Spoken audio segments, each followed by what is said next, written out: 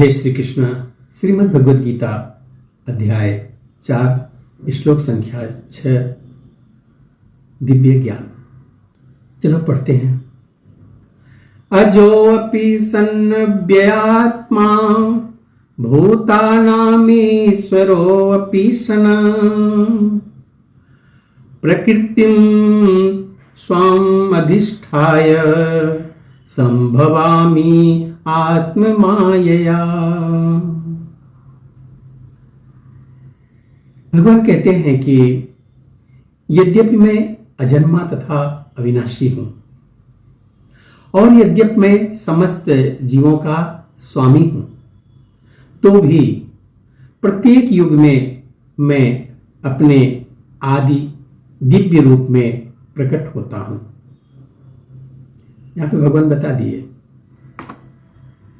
कि यद्यपि मैं अजन्मा तथा अविनाशी हूं और यद्यपि मैं समस्त जीवों का स्वामी हूं, तो भी प्रत्येक युग में मैं अपने दिव्य रूप में प्रकट होता हूं। भगवान ने अपने जन्म की विलक्षणता बतलाई है। यद्यपि वे समान पुरुष की भांति प्रकट हो सकते हैं, किंतु उन्हें विगत अनेकानेक जन्मों की पूर्ण स्मृति बनी रहती है, जबकि सामान्य मनुष्य को कुछ ही घंटे पूर्व की घटना भी भूल जाती है, याद नहीं रहती है। यदि कोई पूछे कि एक दिन पूर्व इसी समय तुम क्या कर रहे थे, तो सामान्य व्यक्ति के लिए इसका तत्काल उत्तर दे पाना कठिन होता है। इसके स्मरण के लिए अपनी बुद्धि को कुरेदना पड़ेगा कि वह कल इस समय क्या कर रहा था। फिर भी लोग प्रायः अपने को ईश्वर या कृष्ण घोषित करते रहते हैं। मनुष्य को ऐसी निरर्थक घोषणाओं से भ्रमित नहीं होना चाहिए। अब भगवान द्वारा अपनी प्रकृति या स्वरूप की व्याख्या करते हैं। प्रकृति का अर्थ स्वभाव तथा स्वरूप दोनों हैं। भगवान कहते हैं कि वे अपने ही शरीर में प्रकट होते हैं। वे सामान्य जीव की भांति शरीर परिवर्तन नहीं करते।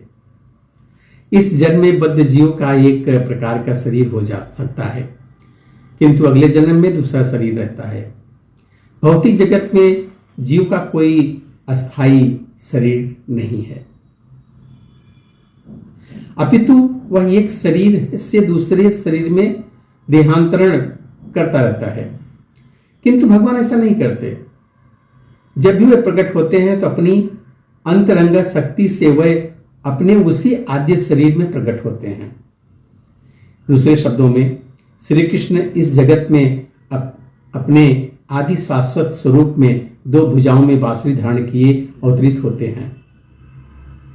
वे इस भौतिक जगत से निष्कलुषित रहकर अपने शाश्वत शरीर सहित प्रकट होते हैं। यद्यपि वे अपने उसी दिव्य शरीर में प्रकट होते हैं और ब्रह्मांड के स्वामी होते हैं, तो भी ऐसा लगता है कि सामान्य जीव की भांति प्रकट हो रहे हैं। यद्यपि उनका शरीर भौतिक शरीर की भांति क्षीण नहीं होता, फिर भी ऐसा प्रतीत होता है कि भगवान कृष्ण बालपन से कुमारावस्था से तरुणावस्था प्राप्त करते हैं। किंतु आश्चर्य तो यह है कि वे कभी युवावस्था से आगे नहीं बढ़ते। कुरुक्षेत्र युद्ध के समय उनके अनेक पौत्र थे, या दूसरे शब्दों में वे भौतिक गणना के अनुसार काफी वृद्ध थे, फिर भी वे 20-25 वर्ष के युवक जैसे ही लगते थे। हमें कृष्ण की वृद्धावस्था का कोई चित्र नहीं दिखता, क्योंकि वे कभी भी हमारे समान वृद्ध नहीं होते।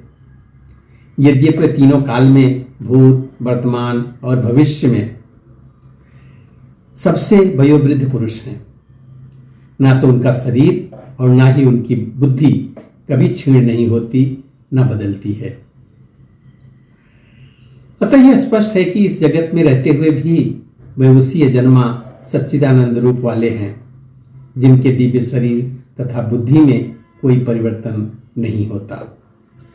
वस्तुतः उनका आविर्भाव और तिरोभाव सूर्य के उदय तथा अस्त के समान है, जो हमारे सामने से घूमता हुआ हमारी दृष्टि से ओझल हो जाता है।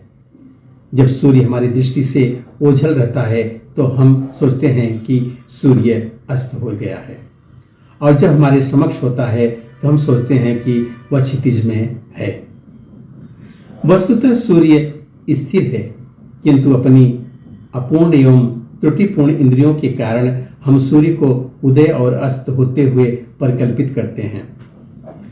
और चूंकि भगवान का प्राकट्य तथा तिरोधान सामान्य जीव से भिन्न है, अतः स्पष्ट है कि वे शाश्वत हैं, अपनी अंतरंगा शक्ति के कारण आनंद स्वरूप हैं और इस भौतिक प्रकृति द्वारा कभी कलुषित नहीं होते। वेदों द्वारा भी पुष्टि की जाती है कि भगवान अजन्मा होकर भी अनेक रूपों में अवतरित होते रहते हैं। वैदिक साहित्यों में भी पुष्टि होती है कि यद्यपि भगवान जन्म लेते प्रतीत होते हैं, किंतु तो भी वे शरीर परिवर्तन नहीं करते। श्रीमद् भागवत में वे अपनी माता के समक्ष नारायण रूप में 4 भुजाओं तथा 6 ऐश्वर्यों से युक्त होकर प्रकट होते हैं। उनका आद्य शाश्वत रूप में प्राकट्य उनकी अहेतुकी कृपा है जो जीवों को प्रदान की जाती है, जिससे वह भगवान के यथारूप में अपना ध्यान केंद्रित कर सकें, न कि निर्विशेषवादियों द्वारा मनोधर्म या कल्पनाओं पर आधारित रूप में।